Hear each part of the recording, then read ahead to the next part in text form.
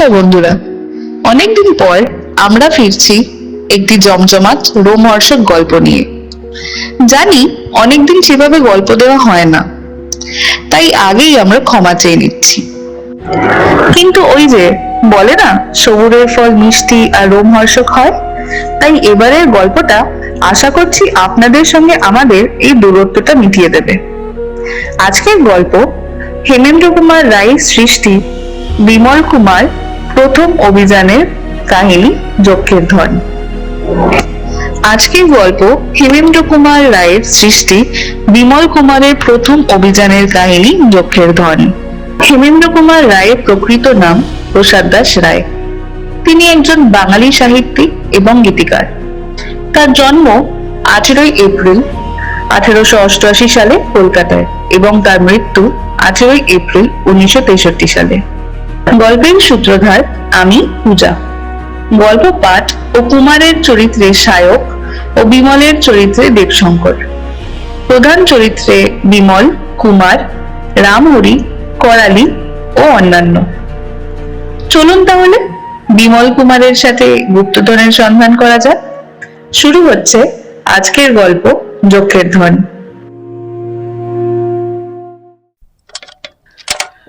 ঠাকুরদাদা মারা গেলে পর তার লোহার সিন্ধুকে অন্যান্য জিনিসের সঙ্গে একটা ছোট্ট বাক্স পাওয়া গেল।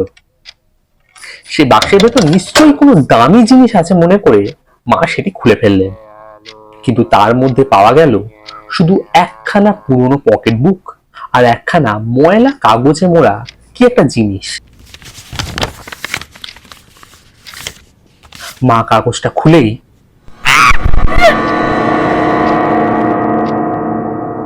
কি হলো মা? কুমার, শিগগির ওটা ফেলে দে বাবা, ফেলে দে।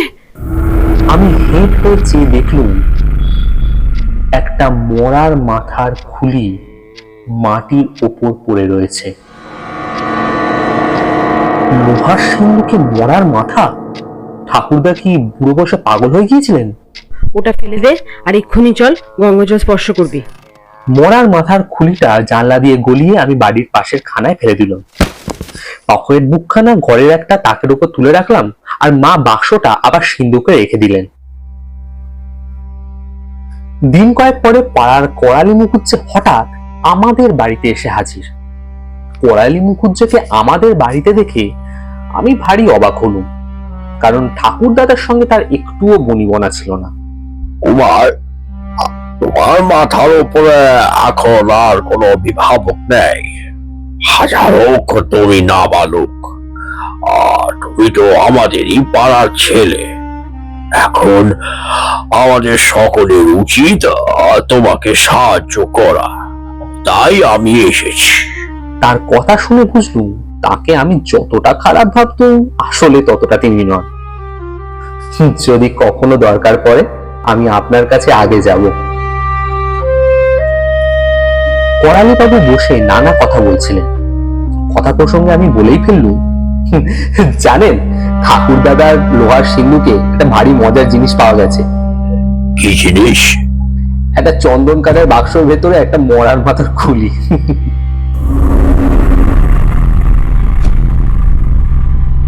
করালি বাবুর চোখ দুটো দপ করে চলে উঠল। মরার মাথার খুলি? হ্যাঁ, আর একখানা পকেট বইও পাওয়া গেছে। সে বাক্সটা এখন কোথায়? ওই লোহার সিন্ধুকেই আছে। করালি বাবু তখনই বিষয়টা চাপা দিয়ে অন্য কথা বলতে লাগলেন, কিন্তু আমি বুঝলুম তিনি ভীষণ উত্তেজিত।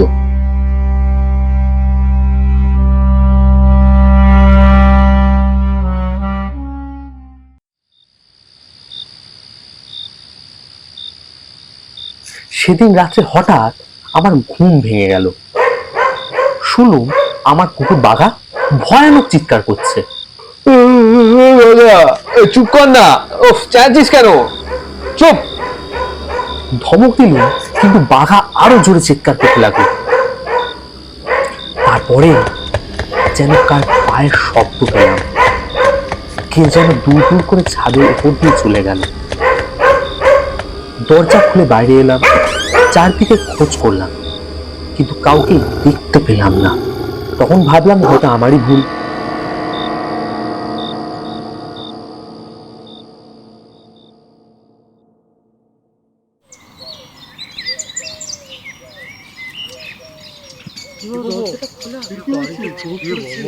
ওরে কে কোথায় আছিস রে? এদিকে আয় রে, কাল রাত্রে বাড়িতে চোর এসেছিল।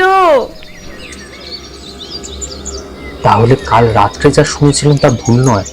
আরে দেখবি আয় রে, বড় বড় লোহার সিন্ধুক খুলে রেখে গেছে।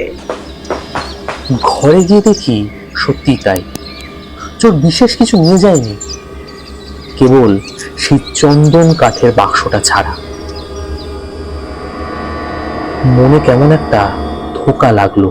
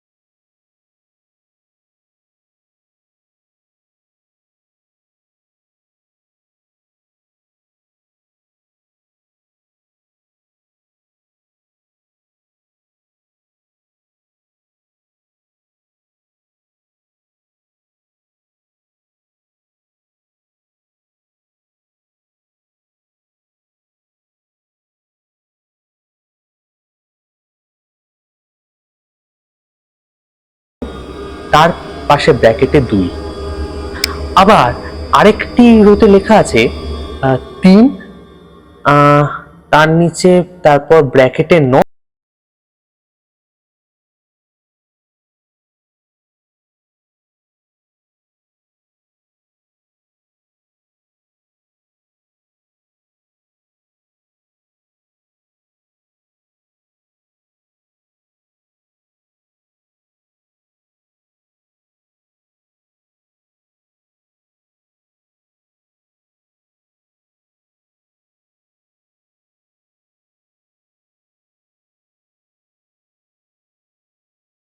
বইখানা নামালাম।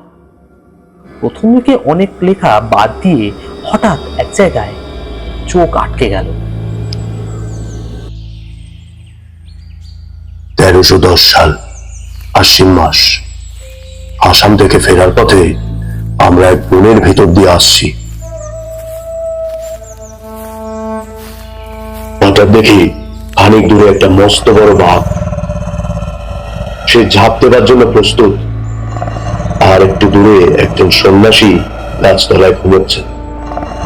এই সাবধান!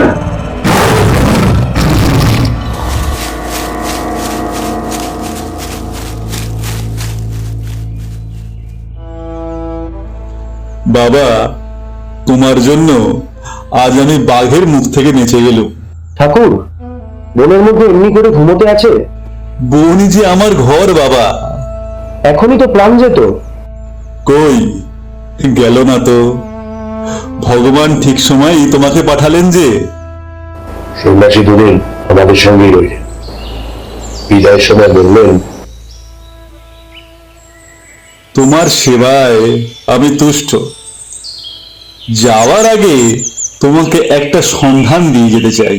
কিসের সন্ধান? যখের ধনের। চোখের ধন? খাসিয়া পাহাড়ে রূপনাথের গুহার কাছে এক প্রাচীন বৌদ্ধ মঠের ধ্বংসাবশেষে এক রাজা যুদ্ধের আগে নিজের ধনরত্ন সেখানেই লুকিয়ে রেখে এক যককে পাহারায় বসিয়েছিলেন। রাজা আর ফিরে আসেননি, ধনরত্ন আজও সেখানেই আছে। এই বলে সন্ন্যাসী ঝোলা থেকে একটি মরার খুলি বার করলেন।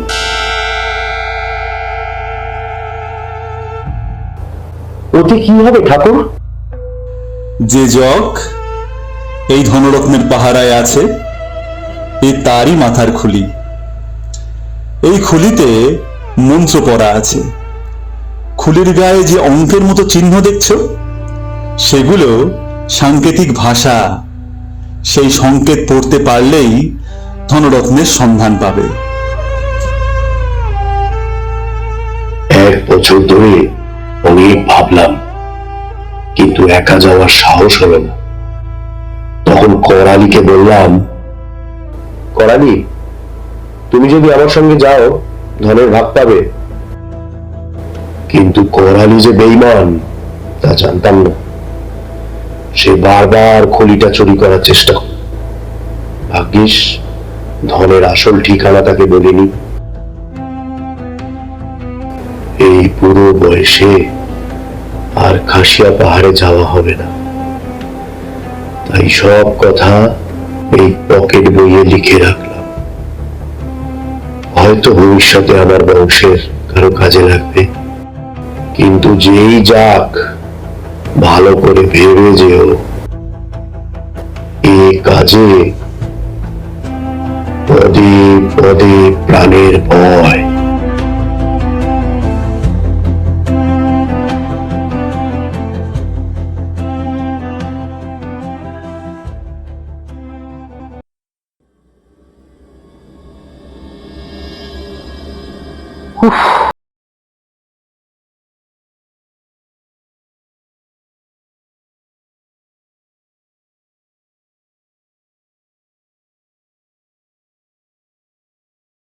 আমি বেশ বুঝতে পারলাম এই মরার মাথাটা কোথায় আছে তা জানবার জন্যই করালি কাল রাত্রে আমাদের বাড়িতে এসে হাজির হয়েছিল।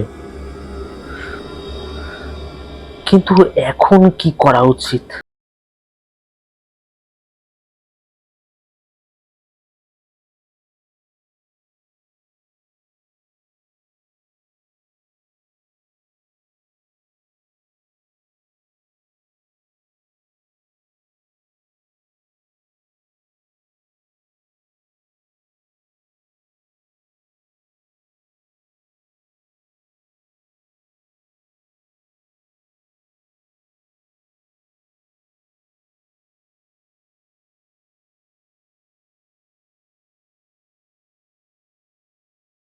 সম্ভব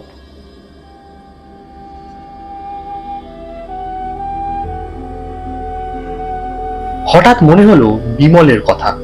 বিমল আমার সবচেয়ে কাছের বন্ধু, আমাদের পাড়ারই ছেলে। আমার চেয়ে সে বছর 3 বড়, এবছর বিয়ে দেবে।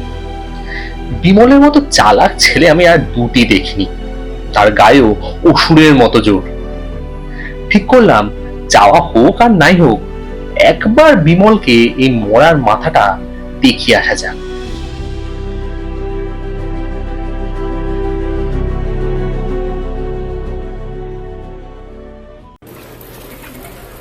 বিকেলে বিমলের বাড়িতে গিয়ে হাজির হলাম। তখন সে বসে বসে বন্দুকের নল সাফ করছিল।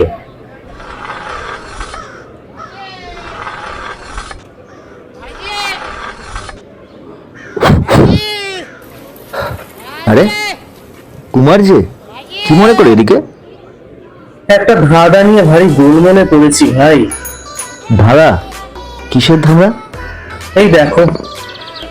বিমল খানিকক্ষণ অবাক হয়ে ফুলটার দিকে তাকিয়ে রইল। এই আবার কি? আর এই নাও ঠাকুর দাদার পকেট বই, পড়লেই সব বুঝতে পারবে। আচ্ছা আচ্ছা, দাঁড়াও দাঁড়াও, আগে তাড়াতাড়ি এই বন্দুকটা সাফ করে নি। কাল পাখি শিকারে গিয়েছিলাম, বুঝলে, বন্দুকে ভারী ময়লা জমেছে।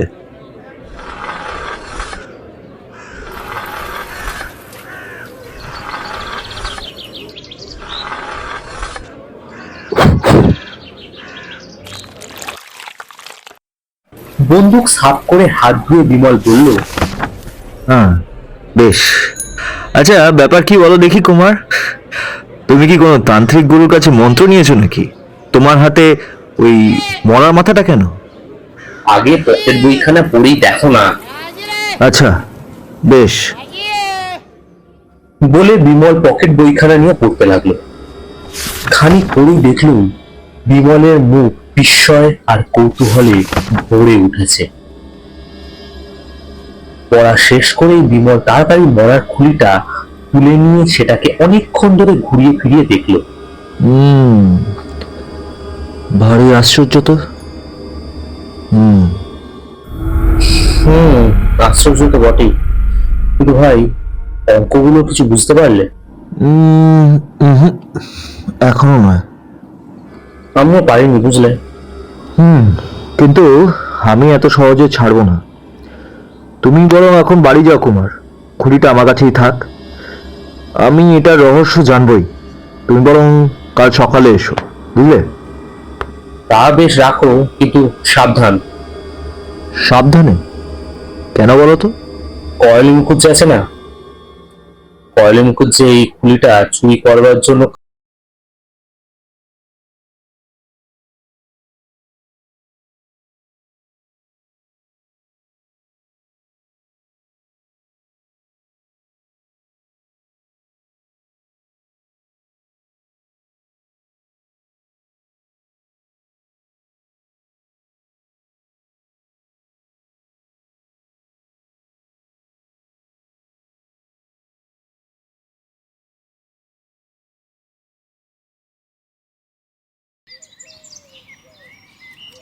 পরের দিন ভোর না হতেই বিমলের কাছে ছুটল।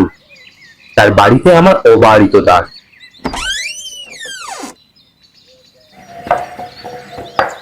ও তুমি? আমি ভাবছিলাম অন্য কেউ। কি হে, কাল তো অত সাহস দেখালে, আজ এত ভয় পাচ্ছ কেন? কাল কাল সবটা ভালো করে তলিয়ে বুঝিনি।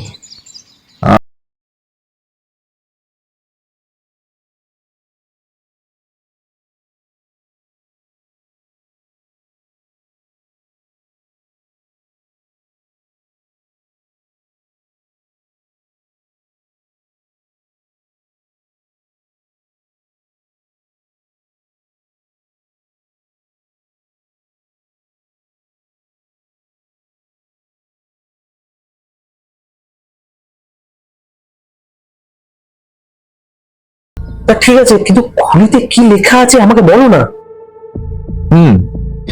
দেখো, প্রথমটা আমি কিছুই বুঝতে পারিনি।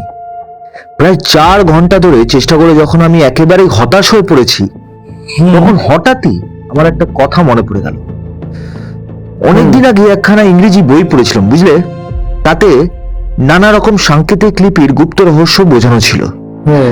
তাতেই পড়েছিলাম যে ইউরোপের চোর ডাকাতরা প্রায় নাকি এরকম সংকেত ব্যবহার করত। আচ্ছা। তারা অ্যালফাবেট অর্থাৎ বর্ণমালাকে যথাক্রমে সংখ্যা অর্থাৎ 1, 2, 3 হিসাবে ধরে। অর্থাৎ 1 হবে এ, 2 হবে বি, 3 হবে সি, এইভাবেই। আমি ভাবলুম হয়তো এই খুলিটাতেও সেই নিয়মে সংকেত সাজানো হয়েছে। তারপর দেখলুম না, আমার অনুমান মিথ্যা নয়। তখন এই সংকেতগুলো খুব সহজেই পড়ে ফেললুম। আচ্ছা, তাহলে পরে কি বুঝলে? এই দেখো, খুলির সংকেতগুলো 26টা ঘরে ভাগ করা। আমিও লেখাগুলোকে ঠিক সেইভাবেই সাজিয়েছি। কাগজের উপরে এই কথাগুলো লেখা ছিল: ভাঙা দেউলের পিছনে সরল গাছ, মূল দেশ থেকে পূব দিকে 10 গজ এগিয়ে থামবে, ডাইনে 8 গজ এগিয়ে বুদ্ধদেব, বামে 6 গজ এগিয়ে 3খানা পাথর, তার তলায় 7 হাত জমি খুললে পথ পাবে। আমি চিঠিখানা পড়ে মনে মনে বিমলের বুদ্ধির তারিফ করতে লাগলাম। শোনো, সাংকেতিক লিপিটা তোমাকে ভালো করে বুঝিয়ে দিই। আমাদের বাংলা ভাষায় অ থেকে শুরু করে চন্দ্রবিন্দু পর্যন্ত 52টি বর্ণ। সেই বর্ণগুলিকে 1, 2 ও 3 হিসাবে যথাক্রমে ধরা হয়েছে। আচ্ছা। অর্থাৎ 1 হচ্ছে অ, 2 হচ্ছে আ, 13 হচ্ছে ক, 52 হচ্ছে চন্দ্রবিন্দু এবং প্রবৃত্তি। এবার এটা দেখো, যেখানে আকার বা একারের প্রবৃত্তি আছে সেখানে বর্ণের যে পাশে দরকার সেই পাশে ব্র্যাকেটের ভেতর সংখ্যা লেখা হয়েছে। উদাহরণটা দেখো, ভ বর্ণের সংখ্যা 36 আর আকারের সংখ্যা হচ্ছে 2, অতএব 36 ব্র্যাকেটে 2 সংকেতে বুঝবে ভয় আকার ভা। দ বর্ণের সংখ্যা 30, একারের সংখ্যা হচ্ছে 9, অতএব দয় একার বোঝাতে লিখতে হবে 9 ব্র্যাকেট 30। রস্যকার বর্ণের তলায় বসে, সুতরাং 35/5 থাকলে বুঝতে হবে ব রস্যু মানে বু। রস্যুর মতন রস্যকারের সংখ্যাও হচ্ছে 5। চন্দ্রবিন্দু সংখ্যা 52, চন্দ্রবিন্দু উপরে বসে, কাজেই ক্ষয় রস্যু চন্দ্রবিন্দু বৈষ্ণর মানে খুর, তার সংকেত হবে 52/14। যুক্ত অক্ষরকে আলাদা করে ধরা হয়েছে, যেমন বুদ্ধদেব। যিনি এই সংকেতগুলো লিখেছেন তার বানান জ্ঞান কিন্তু ততটা টনটনে নয়, কেননা ময়ের দীর্ঘ ল মূল ও পয়ের দীর্ঘ ব উ, তার হাতে পড়ে হয়েছে ময় রস্যু ল মূল ও পয় রস্যু ব পূব। দীর্ঘর মতন রস্যুকারের সংখ্যা হচ্ছে 6, কিন্তু রস্যুকারের সংখ্যা দীর্ঘকারের 6-এর স্থানে বসিয়েছেন বর্ণের তলাকার ব্র্যাকেটে। আমি মরার মাথার খুলিটা আর একবার পরখ করবার জন্য তুলে নিলাম, কিন্তু দৈবগতিকে হঠাৎ সেখানে ফসকে মার্বেলের বাঁধানো মেঝের উপরে সশব্দে পড়ে গেল। এই যা, খুলিটার খানিকটা চটে গিয়েছে। আরে আরে, কোনখানটা? এই যে এই গোড়ার 4টে ঘর, ভাঙা দেউলের পেছনের সরল গাছ পর্যন্ত। উফ, এই কাণ্ডটা যদি আগে ঘটতো তাহলে সমস্তটাই মাটি হয়ে যেত। যাক, তোমার কোনো ভয় নেই, সংকেতগুলো আমি কাগজেই টুকে নিয়েছিলাম। কিন্তু আমাদের সাবধান হতে হবে, বুঝলে? তাই অঙ্কগুলো রেখে কথাগুলো এখনই নষ্ট করে ফেলাই উচিত। এই বলে সে সংকেতের অর্থ লেখা কাগজখানা টুকরো টুকরো করে ছিঁড়ে ফেলল। যখন দরকার হবে 5 মিনিটের চেষ্টাতেই সংকেতের অর্থ আমরা ঠিক বুঝতে পারবো, কিন্তু বাইরের কোনো লোক খুলির সংকেত দেখে কিছুই বুঝতে পারবে না।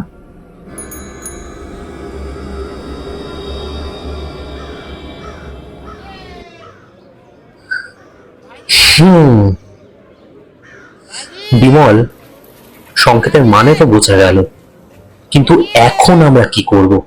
এতে আর কোনো কিন্তু কিন্তু নেই কুমার, আমাদের যেতেই হবে।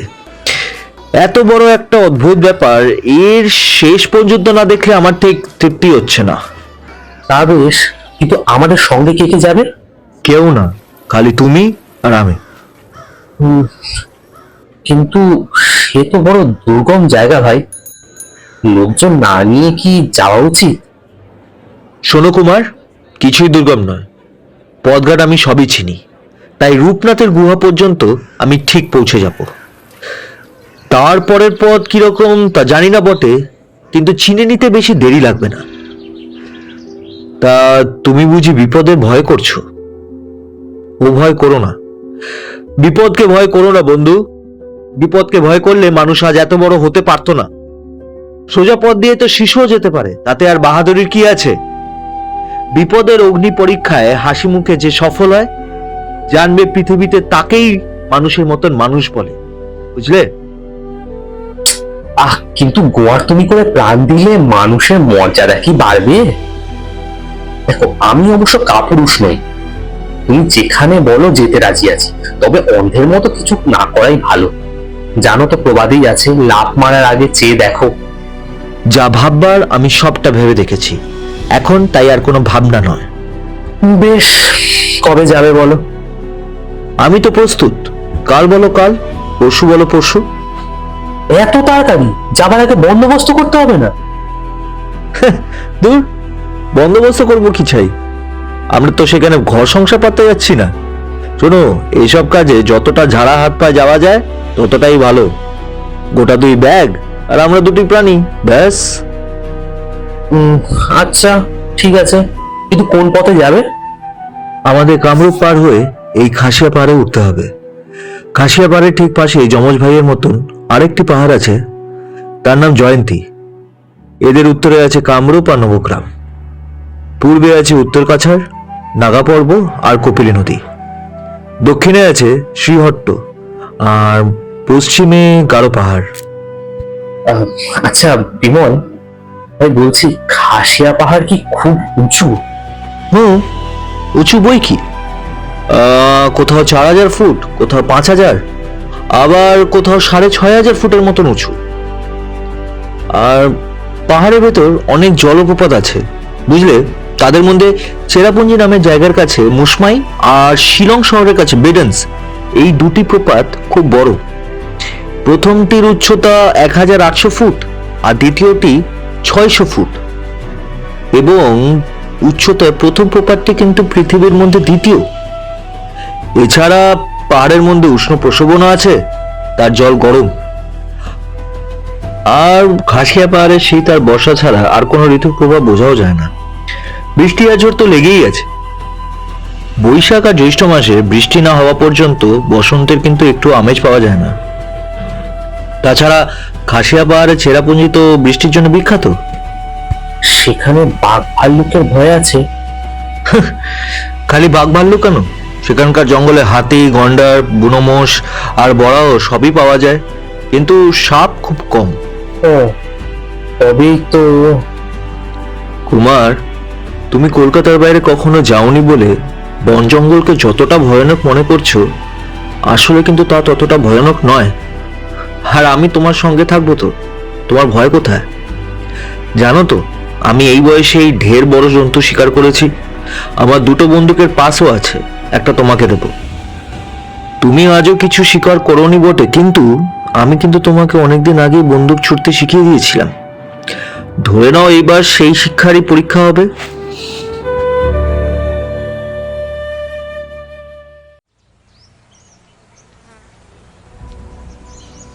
সেদিন আর কিছু না বলে বাড়ি মুখ হলাম। মনে মনে ভয় হচ্ছিল বটে, আনন্দও হচ্ছিল খুব। নতুন নতুন দেশ দেখবার স্বাদ আমার চিরকাল। কিতাবে নানা দেশের ছবি দেখে আর গল্প পড়ে সে সব দেশে যাওয়ার জন্য আমার মন সবসময় উড়ুড়ু করত। কখনো ইচ্ছে হতো রবিনসন ক্রুসোর মতো এক নির্জন দ্বীপে গিয়ে নিজের হাতে কুড়ে ঘর বেঁধে মনের সুখে দিনের পর দিন কাটাই। কখনো ইচ্ছে হতো সিন্দবাদ নাবিকের মতো রক পাখির সঙ্গে আকাশে উঠি, তিমি মাছের পিঠে রান্না চড়াই আর দ্বীপবাসী বৃদ্ধকে আছাড় মেরে জব্দ করে দিই। আবার কখনো ইচ্ছে হতো ডুবো জাহাজে সমুদ্রের ভেতরে যাই আর পাতাল রাজের ধনভাণ্ডার লুট করে নিয়ে আসি। এমন কত ইচ্ছেই যে আমার হতো তা আর বলা যায় না। বললে তোমরা সবাই শুনে নিশ্চয়ই ঠাট্টার হাসি হাসবে। আসল কথা কি জানো, যকের ধন পাওয়ার সঙ্গে নতুন দেশ দেখবার আনন্দ ক্রমেই আমাকে চাঙ্গা করে তুলল। মনে যা কিছু ভয় ভাবনা ছিল যেন কোথায় ভেসে গেল।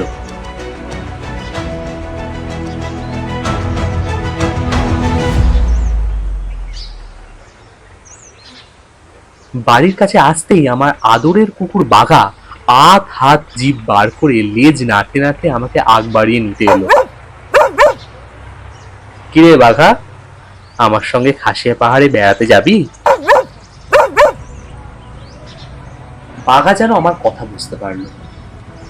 পেছনের 2 পায়ে ভর দিয়ে দাঁড়িয়ে সামনের 2 পায়ে সে আমার কোমর জড়িয়ে ধরলো।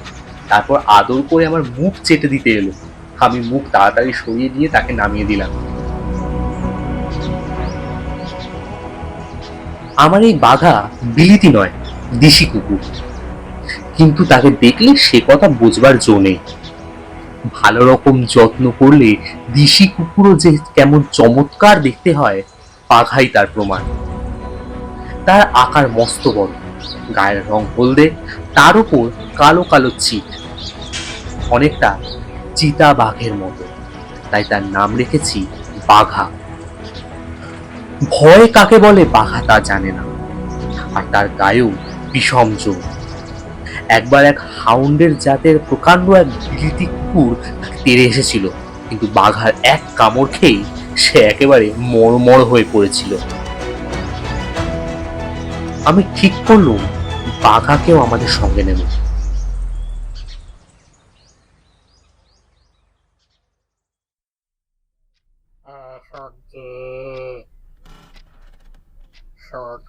পরের দিন সকালে তখন আমার ঘুম ভাঙে। হঠাৎ কি এসে ডাকাডাকি করে আমার ঘুম ভাঙিয়ে দিল। চোখ চেয়ে দেখি বিমল আমার পাশে দাঁড়িয়ে রয়েছে। কি রে, সকালবেলা তুমি যে? কুমার, সর্বনাশ হয়ে গেছে। হ্যাঁ, সর্বনাশ হয়েছে? সে আবার কি? কাল রাত্রে মরার মাথাটা আমার বাড়ি থেকে কেউ চুরি করে নিয়ে গেছে। হ্যাঁ, বলো কি? কি করে? আমি একেবারে হতভম্বের মতো আড়ষ্ট হয়ে বসে রইল।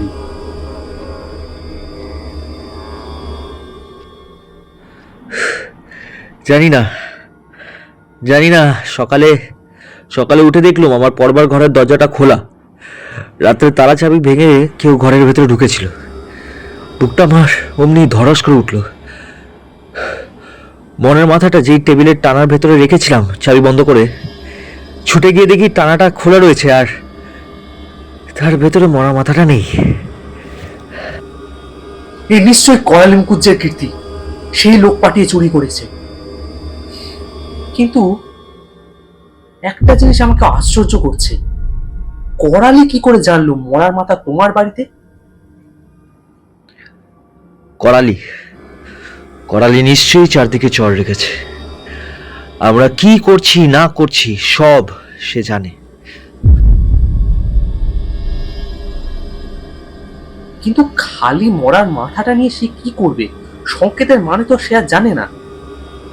কুমার, আর যাই করো শত্রুকে কখনো বোকা মনে করো না। আমরা যখন সংকেত বুঝতে পেরেছি তখন চেষ্টা করলে করালিও বা সেটা বুঝতে পারবে না কেন? কিন্তু সংকেতের সবটাও যে আর মরার মাথার উপর নেই। মনে নেই আমার হাত থেকে পড়ে কাল মরার মাথাটা চটে গিয়েছে।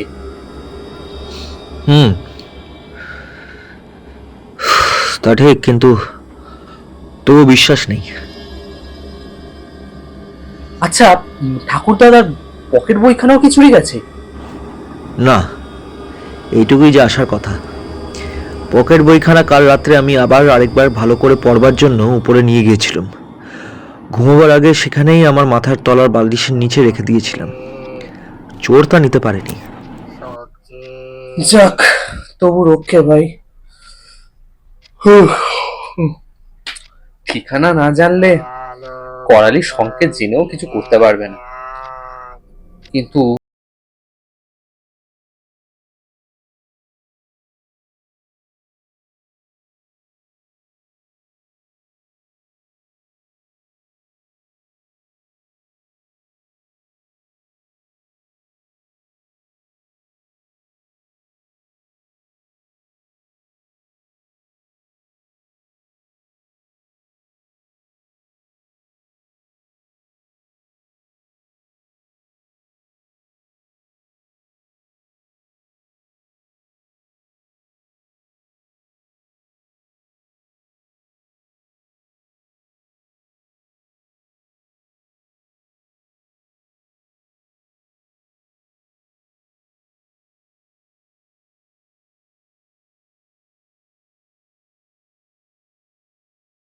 কাছ থেকে নিয়ে গেছে ঠিক তেমন করে।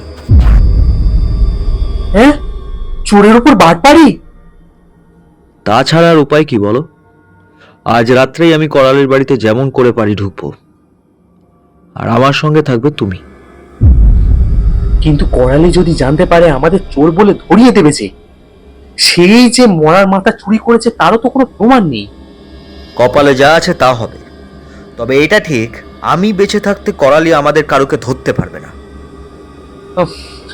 না ভাই, দরকার নেই। শেষটা কি পাড়ার মধ্যে একটা কেলেঙ্কারি হবে? ধর ভিতর কথাকার, এই সাহস নিয়ে তুমি যাবে রূপনাথের গুহায় চকের ধন আনতে? হ্যাঁ, তার চেয়ে মায়ের কোলের আদরে খোকাটি হয়ে বাড়িতে বসে থাকো না। আর তোমার ওই পকেটের বই আমি এক্ষুনি ফিরিয়ে দিচ্ছি। এই বলে বিমল হন হন করে দরজার দিকে এগিয়ে গেল।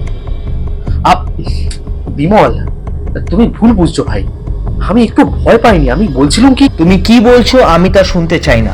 স্পষ্ট করে বলো, আজ রাত্রে তুমি আমার সঙ্গে করালির বাড়িতে যেতে রাজি আছো, হ্যাঁ কি না?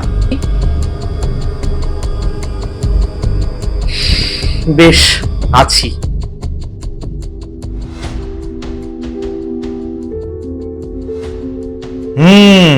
এই তো গুড বয়ের মতন কথা। যদি মানুষ হতে চাও ডান পিটে হও। ডান পিঠের মরণ যে গাছের আগায়। বিছানায় শুয়ে থাকলেও মানুষ তো আর জমকে কলা দেখাতে পারে না।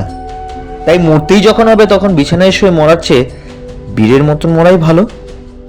তোমরা যাদের ভালো মানুষ বলো বা ভালো ছেলে বলো, সেই গোবর গণেশ মিনমিনে ননির পুতুলগুলোকে আমি কিন্তু দুচক্ষে সহ্য করতে পারি না। সেদিনই ঠিক হয়ে গেল, রাত্রি নামলেই আমরা করালি মুকুজ্জের বাড়িতে ঢুকব, চোরের ওপর বাটপাড়ি করতে।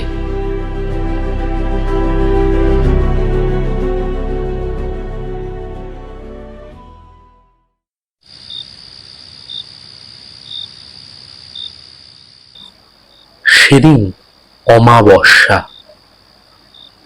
চারদিকে অন্ধকার যেন জমাট বেঁধে আছে।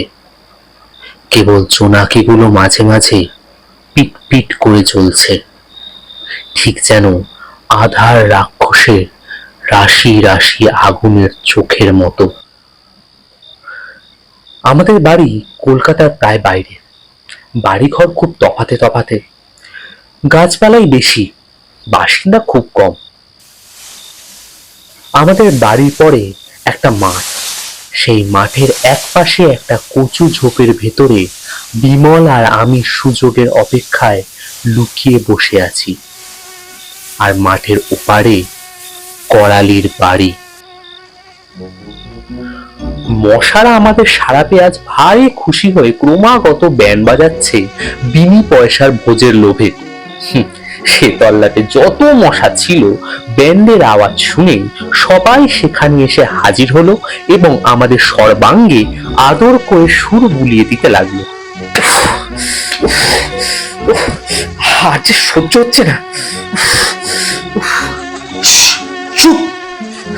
আর চুপ করে থাকাটা যে সত্য তাকে বুঝছো না? বুঝছি সব, আমি চুপ করে আছি কি করে? এই কথার উপর তো আর কথা চলে না। অগত্যা চুপ করেই রইলেন।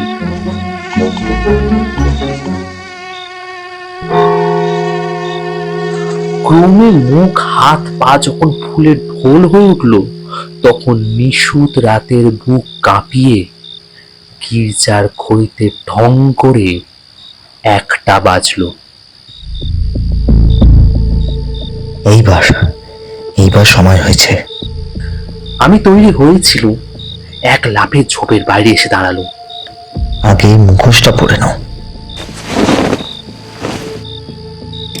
দুজনেই কাফরির ভয়ানক মুখোশটা পরে নিল, যে কেউ দেখলেও আঁতকে উঠবে। মুখোশ পরে দুজনে আস্তে আস্তে করালির বাড়ির দিকে এগোতে লাগলাম। শব্দ করে মালকোচা মেরে কাপড়টা পরে নাও। কিন্তু এদিকে তো বাড়িতে ঢোকার কোনো দরজা নেই। ওহো, দরজা দিয়ে ঢুকবে কে? নাকি নেমন্তন্ন খেতে যাচ্ছি? এদিকে দেখছো একটা বড় বট গাছ আছে, সেই গাছের ডাল করালির বাড়ির দোতলার ছাদের উপর দিয়ে পৌঁছেছে। আমি ডাল দিয়ে বাড়ির ভেতরে ঢুকবো।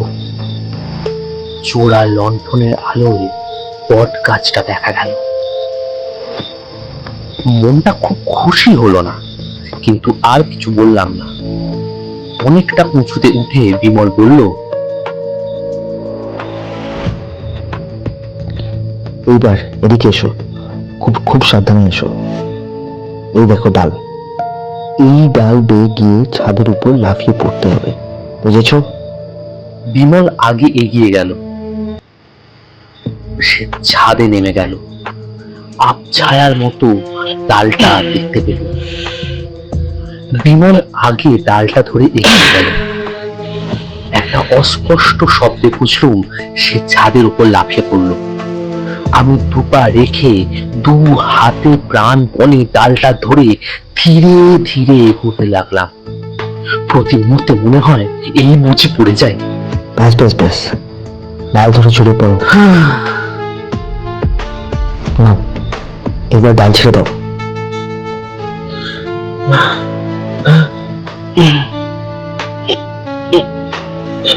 ধুপ করে ছাদের উপর পড়লাম। এই তো, সাবাস। এই ঘরে কি ঘুমোচ্ছে তার নাক ডাকছে। দালান 3টে ঘর, সবই ভিতর থেকে বন্ধ। আমি প্রায় হতাশ হয়ে পড়েছি। হঠাৎ ওই তো ওখানকার দাঁড়ানোর একটা ঘরের দরজা দিয়ে আলো দেখা যাচ্ছে। চলো ওইদিকে। দরজার ফাঁক দিয়ে যা দেখলাম তাতে আনন্দে বুক নেচে উঠল। টেবিলের উপর মাথা রেখে করালি নাক ডাকিয়ে ঘুমোচ্ছে, আর তার মাথার কাছে পড়ে আছে সেই মরার মাথা। করালি নিশ্চয়ই সংকেত ভাঙতে ভাঙতে ক্লান্ত হয়ে ঘুমিয়ে পড়েছে।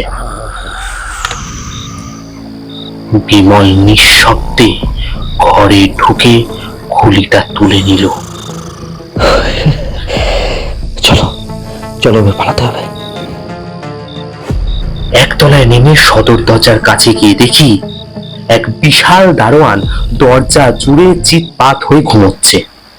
বিমল আস্তে আস্তে তাকে টপকে দরজার খিল খুলতে গেল।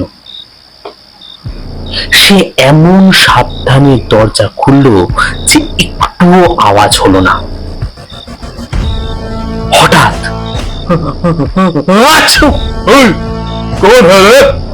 লণ্ঠনের আলোতে দেখলুম বিমল বিদ্যুতের মতো ফিরে দাঁড়ালো। তারপর বাঘের মতো ঝাঁপিয়ে পড়ে দারোয়ানের গলা টিপে ধরলো।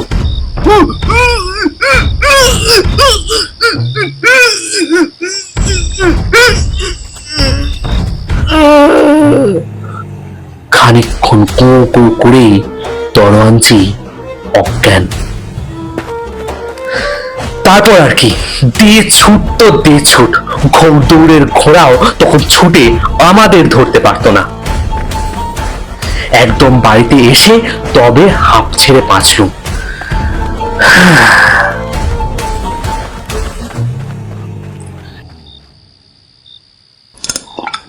একটা গ্লাস জল খেয়ে ঠান্ডা হয়ে বাইরের ঘরে গিয়ে বসলুম। রাত তখন 2:30।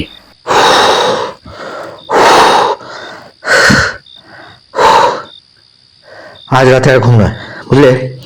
কাল বৈকালই গাড়িতে আমরা আসাম যাব।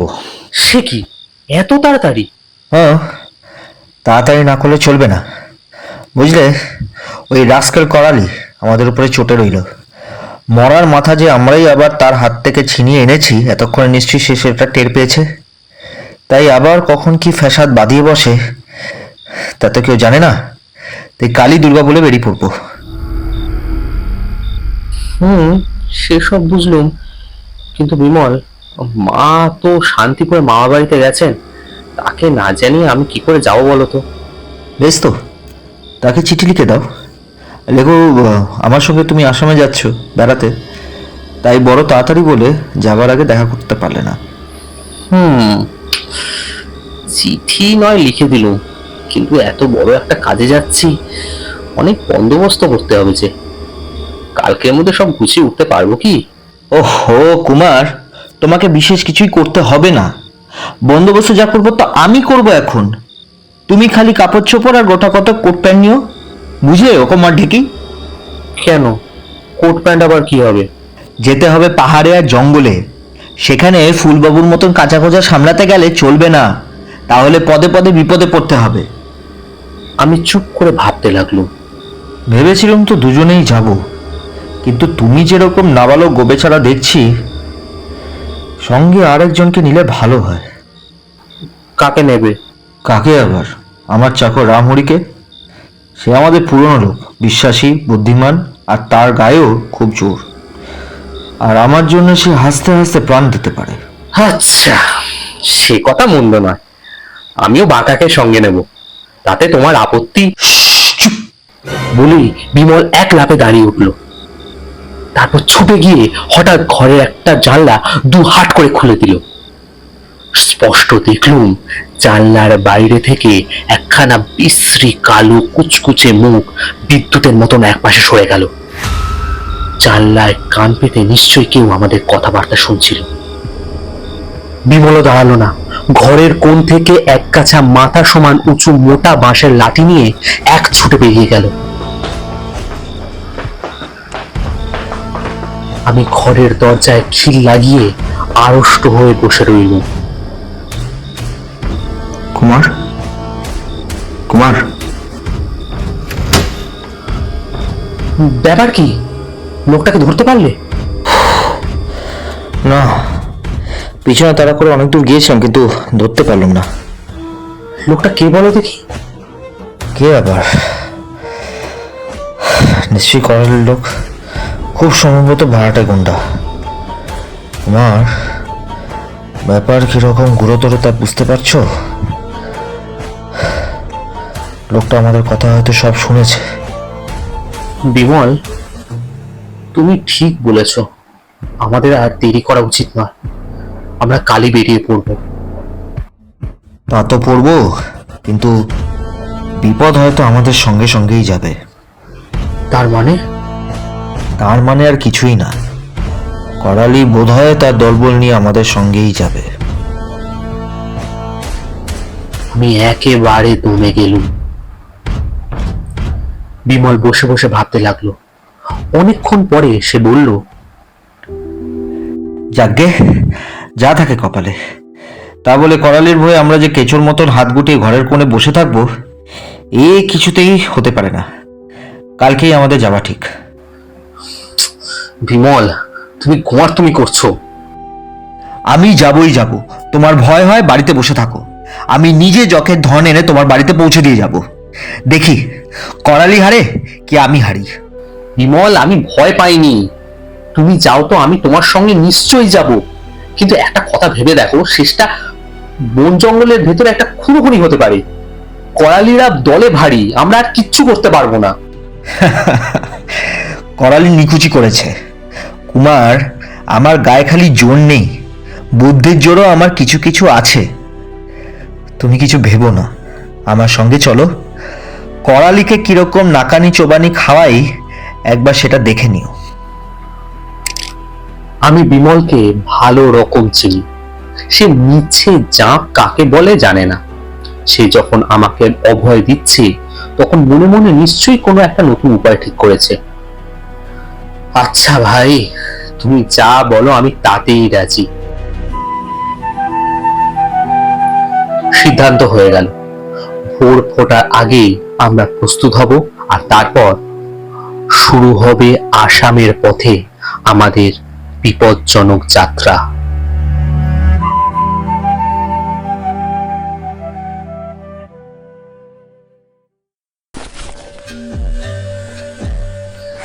সারা রাত জিনিসপত্র গুছিয়ে বোরের মুখে ঘন্টাখানেক গড়িয়ে যথা সময় আমরা বাড়ি থেকে বেরিয়ে পড়লাম। আমাদের দলে রইল বিমলের পুরনো চাকর রামহরি ও আমার কুকুর বাঘা। দুটো বড় বড় ব্যাগ, একটা সুটকেস আর একটা ইকমিক কুকার ছাড়া বিমল আর কিচ্ছু সঙ্গে নিতে দিল না। ব্যাগ দুটোর ভেতরে ছিল প্রায় সব রকম দরকারি জিনিস: ছুরি, ছোরা, ওষুধ, ক্যামেরা, ইলেকট্রিক টর্চ, ফ্লাস্ক, শুকনো খাবার, আসাম সম্বন্ধে বই, খাতা, বালি, শতরঞ্জি, এমনকি কাফরির সেই মুখোশ দুটো। আর অবশ্যই বিমল তার দুটো বন্দুক নিতে ভুলল না। বাড়ি ছেড়ে বেরোবার সময় মনটা যেন কেমন করতে লাগলো। দেশ ছেড়ে কোথাও কোন বিদেশে, পাহাড়ে, জঙ্গলে বাঘ ভাল্লুক আর শত্রু মুখে পড়তে চললুম। যাওয়ার সময় মায়ের পায়ে প্রণাম পর্যন্ত করে যেতে পারলাম না। কে জানে এই জীবনে আর কখনো ফিরে এসে মাকে দেখতে পাবো কিনা। একবার মনে হলো বিমলকে বলি আমি যাব না, কিন্তু পাছে সে আমাকে ভীরু ভাবে, তাই মনকে শক্ত করে রইল।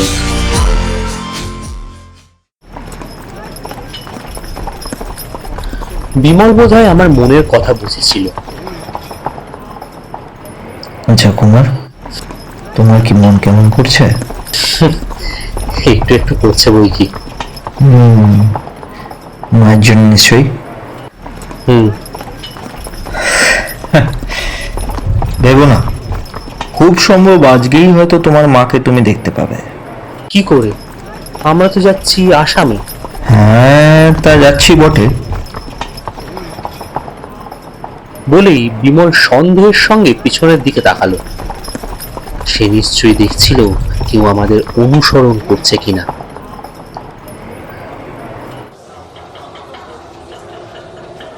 শিয়ালদা স্টেশনে পৌঁছে আমরা গাড়ি থেকে নামলাম। বিমল, আপাতত আমাদের কোনো ভয় নেই, করালিরা আমাদের পিছু নিতে পারেনি। তোমরা ওইখানে দাঁড়িয়ে থাকো, আমি টিকিট কিনে আনি। বাঘাকে জন্তুদের কামরায় তুলে দেওয়া হলো। বাঘা কিছুতেই আমার সঙ্গ ছাড়তে চাইছিল না। গাড়ি ছাড়তে তখনও দেরি। কামরার মধ্যে গরম লাগায় আমি নেমে প্ল্যাটফর্মে হাঁটতে লাগলাম। ঘুরতে ঘুরতে একেবারে শেষের দিকে গিয়ে হঠাৎ আমার সারা শরীরে কাঁটা দিয়ে উঠল। একটা কামরার ভেতরে করালি বসে, তার সঙ্গে দুজন মিশ কালো গুন্ডা। আমাকে দেখতে পাইনি, আমি দৌড়ে ফিরে এলুম। কি হে কুমার, কি হলো? ব্যাপার কি? বিমল, সর্বনাশ হয়েছে। কিচ্ছুই সর্বনাশ হয়নি। তুমি করালিকে দেখেছো তো? তার হয়েছে কি? সে যে আমাদের সঙ্গ ছাড়বে না আমি তো অনেকক্ষণই জানি। যাক, তুমি ভয় পেও না, চুপ করে নিশ্চিন্ত হয়ে বসে থাকো। বিমল যত সহজে ব্যাপারটা উড়িয়ে দিল, আমি তা পারলাম না। আমি একটা কোনায় বসে নানা বিপদের কল্পনা করতে লাগলাম। করালির সঙ্গে কত লোক রয়েছে, সে আমাদের সহজে ছাড়বে? জঙ্গলের ভিতরে অপঘাতে মরতে হবে নাকি? অথচ বিমল দিব্যি আরামে বেঞ্চে পা তুলে বসে বই পড়তে লাগলো।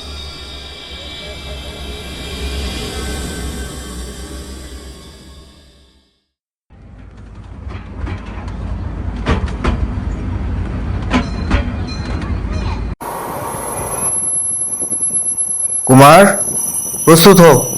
পরের স্টেশন রানাঘাট, এখানেই আমরা নামবো। রানাঘাটে নামবো? কেন? সেখান থেকে শান্তিপুরে তোমার মামার বাড়িতে মায়ের কাছে যাব।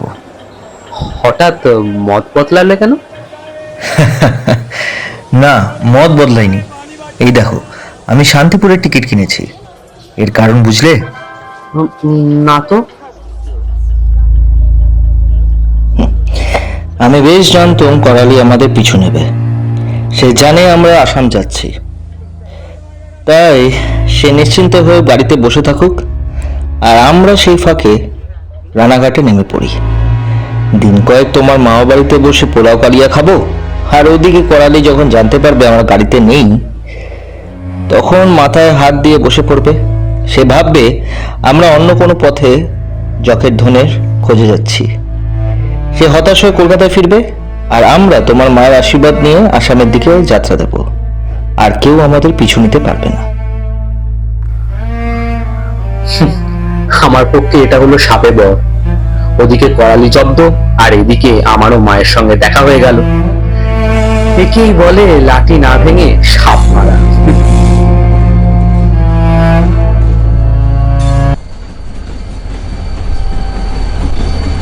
ভাই, তুমি এত বুদ্ধিমান, আমি যে অবাক হয়ে যাচ্ছি।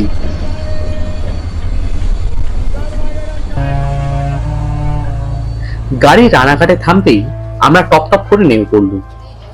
কেউ আমাদের দেখতে পেল না।